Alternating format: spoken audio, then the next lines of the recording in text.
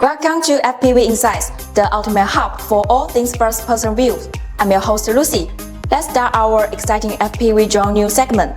DJI enters drone delivery market with new FlyCart 13 aircraft. DJI has launched a delivery drones.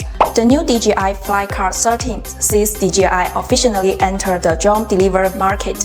While it's currently taking its first flight in China, this innovative drones could be making its way to other countries as soon as legislations catch up.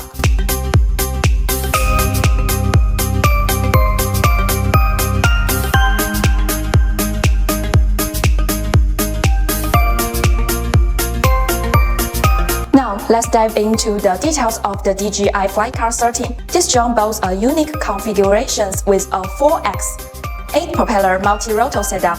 It has the potentials to revolutionize the transportations across challenging terrains, rural areas, and emergency situations.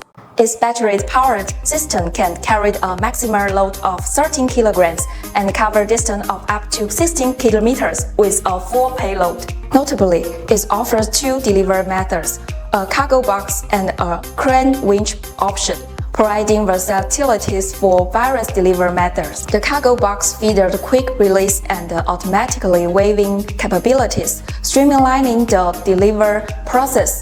The box can even be assembled or disassembled in just 3 minutes, making loading and unloading efficient. The cargo box supports weight and the center of gravity detention to ensure the cargo is loaded correctly and make the flight safer and more stable. The winch system supports cable drop and offers both automatic and manual control. It can handle retractable weight of up to 16 kg and release length of up to 20 meters. There's even an AR projection feature that can add payloads in pinpointing precise delivery location for goods, ensuring accuracy when conducting a delivery. DJI says the FlyCart 13 ushers in a new era of low-altitude transportation. For now, there's no word that the FlyCart 13 will make its way to other regions.